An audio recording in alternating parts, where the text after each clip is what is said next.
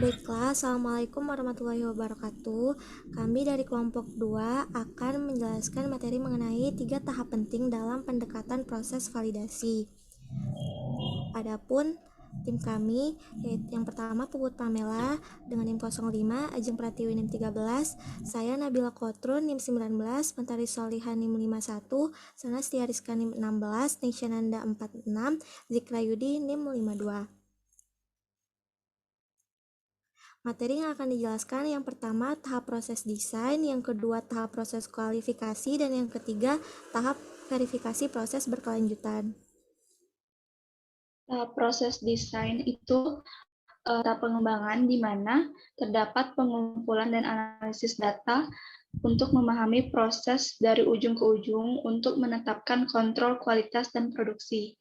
Nah, tujuannya mendesain proses ini untuk proses produksi yang memenuhi atribut mutu yang ditetapkan. Lalu, selanjutnya ada quality target product profile, yaitu merupakan karakteristik mutu yang harus dimiliki produk, yakni memperhatikan keamanan dan kemanjuran produk tersebut. QTPP ini mempertimbangkan yang pertama ada cara penggunaan, seperti pengaturan klinis, rute pemberian, bentuk sediaan, dan sistem pengiriman.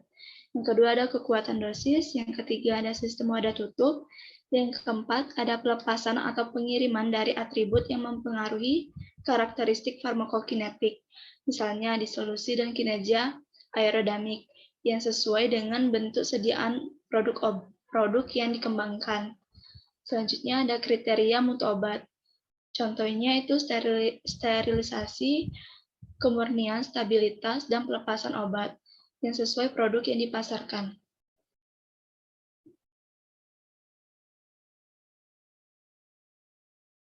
Selanjutnya yaitu ada critical quality attribute atau yang disebut dengan CQA atau biasanya disebut atribut kritis, merupakan karakteristik bahan yang meliputi sifat fisika, kimia, biologi, atau mikrobiologi termasuk produk obat jadi yang harus berada dalam batas, rentang, atau distribusi yang sesuai untuk memastikan kualitas produk yang diinginkan.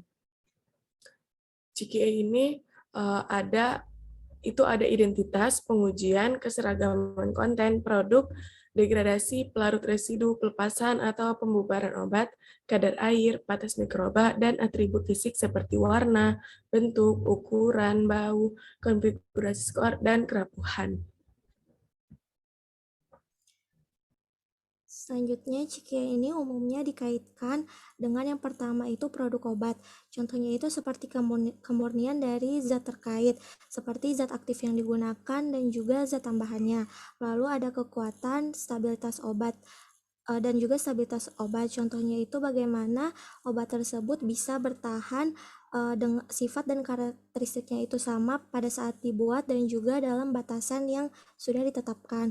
Lalu selanjutnya itu ada zat obat seperti zat aktifnya, lalu ada eksipien zat tambahan, intermediate bahan dalam proses, contohnya itu ukuran partikel, kepadatan massal, dan juga ukuran butiran. Selanjutnya pengembangan formulasi dan proses. Yang pertama itu pengembangan formulasi. Jadi untuk pengembangan suatu formula terutama pada sediaan farmasi itu memang tidak mudah karena perlu bertahun-tahun agar mendapatkan hasil yang optimal dan juga formula yang sesuai. Nah, salah satu permasalahan yang ada dalam pengembangan formula ini adalah interaksi yang terjadi pada formula tersebut. Contohnya itu pada interaksi antara zat aktif dan juga eksipiennya. Nah, sehingga hal ini itu perlu diatasi. Lalu yang kedua itu ada pengembangan proses. Untuk proses pembuatan farmasi ini biasanya terdiri dari serangkaian ataupun tahapan unit operasi untuk menghasilkan produk yang berkualitas sehingga menghasilkan mutu yang tinggi juga.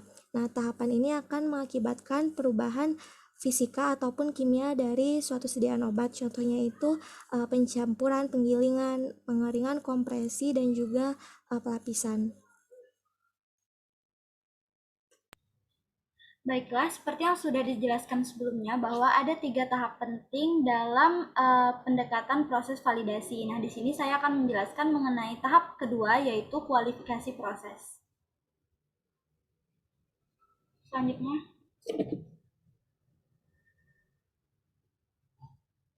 Indonesia. Nah, pada tahap sebelumnya itu kan sudah dijelaskan mengenai proses desain. Kemudian pada tahap ini proses desain tersebut akan dinilai dan disimpulkan apakah proses desain tersebut mampu memenuhi manufaktur yang telah ditentukan.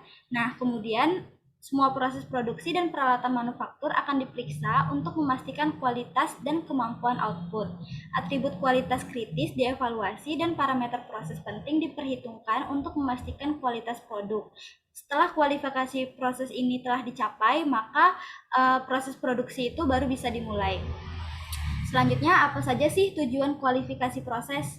Yaitu mengevaluasi proses desain untuk menentukan kemampuan keterulangan proses dalam pembuatan skala komersial. Selanjutnya, ada 4 tahap kualifikasi proses dan akan dijelaskan oleh rekan saya, Sanas. Kepada Sanas, saya persilakan. Baiklah, proses kualifikasi ini dibagi menjadi 4 tahapan. Yang pertama, kualifikasi desain, yang merupakan unsur pertama dalam melakukan validasi terhadap fasilitas, sistem, atau peralatan baru. Desain ini hendaknya didokumentasikan dan memenuhi ketentuan dari CPOB. Yang kedua, ada kualifikasi instalasi. Kualifikasi instalasi dilakukan terhadap fasilitas, sistem, dan peralatan baru atau yang dimodifikasi. Kualifikasi instalasi ini dilaksanakan pada mencakup instalasi peralatan, pipa, dan sarana penunjang dan instrumentasi yang sesuai dengan spesifikasi dan gambar teknik yang didesain, pengumpulan dan penyusunan dokumen pengoperasian, dan perawatan peralatan dari pemasok, ketentuan dan persyaratan kalibrasi serta verifikasi bahan konstruksi. Yang ketiga, ada kualifikasi operasional. Kualifikasi operasional dilakukan setelah kualifikasi instalasi selesai dilaksanakan, dikaji, dan disetujui. Kualifikasi operasional mencakup pengujian yang perlu dilakukan berdasarkan pengetahuan tentang proses, sistem, dan peralatan, serta mencakup pengujian yang terdiri dari satu atau beberapa kondisi batas operasional, atas dan bawah, atau yang sering disebut dengan kondisi terburuk. Yang keempat, ada kualifikasi kinerja. Kualifikasi ini dilakukan setelah kualifikasi instalasi dan kualifikasi operasional dilaksanakan, dikaji, dan disetujui.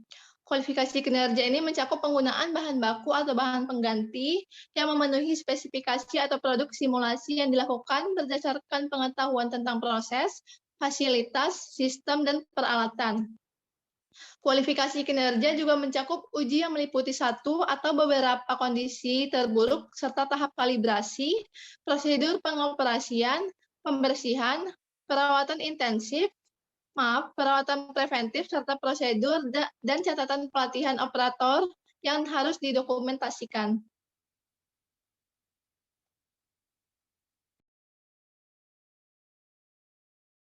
Baik, pada tahap ketiga atau tahap terakhir, yaitu verifikasi proses lanjutan. Pada tahap ini dilakukan pemantauan berkelanjutan dari semua aspek siklus produksi, bertujuan untuk memastikan secara berkesinambungan bahwa proses tersebut selalu dalam keadaan terkendali atau dalam status tervalidasi, dan juga untuk memastikan bahwa proses tersebut berada dalam keadaan terkontrol dan konstan. Pada tahap ini dilakukan pada produksi rutin skala komersial dengan real-time monitoring pada parameter operasional dan proses kritis, menggunakan parameter statistik yang tepat. Dan yang kedua, karakteristik produk, seperti stabilitas dan spesifikasi dari produk tersebut. Yang ketiga, pelatihan dan kualifikasi personil atau karyawan atau pekerjanya, dan kualifikasi peralatan, fasilitas, dan strategi pengendalian perubahan. Yang keempat, investigasi deviasi, OOS atau out of stock. OOS ini adalah barang habis yang menjadi salah satu indikator utama bagi para penjual untuk menentukan target dalam realisasi penjualan. OOT atau out of trend, yaitu hasil dari observasi data yang tidak sesuai dengan tren yang diinginkan. Root cause atau RCA merupakan suatu metode analisis yang dipakai untuk menentukan penyebab utama suatu permasalahan. Dan CAPA atau Corrective Action dan Preventive Action, yaitu tindakan korektif dan tindakan pencegahan. Selanjutnya juga dilakukan analisis data, seperti data trend real time, bulanan, kuartal, dan data tahunan.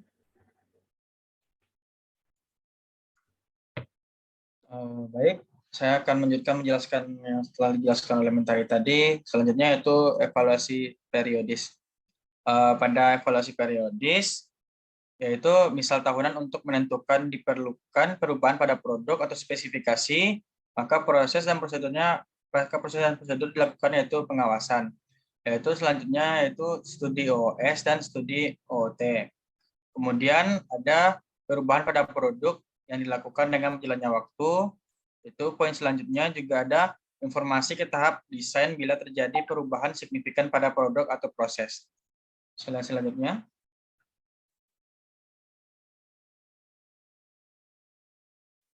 Yaitu pada verifikasi proses lanjutan ini ada beberapa komponen penting, terdiri dari 3. Yang pertama, sistem peringatan.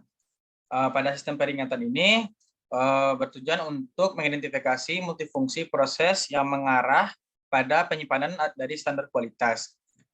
Dan poin kedua ada kerangka kerja.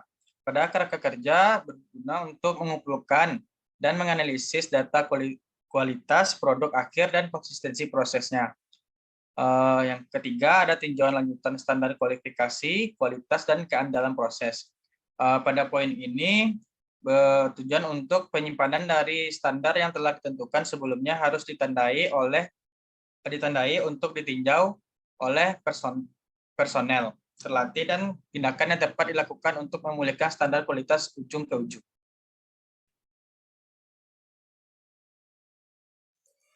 Baiklah, di sini saya akan sedikit menarik kesimpulan.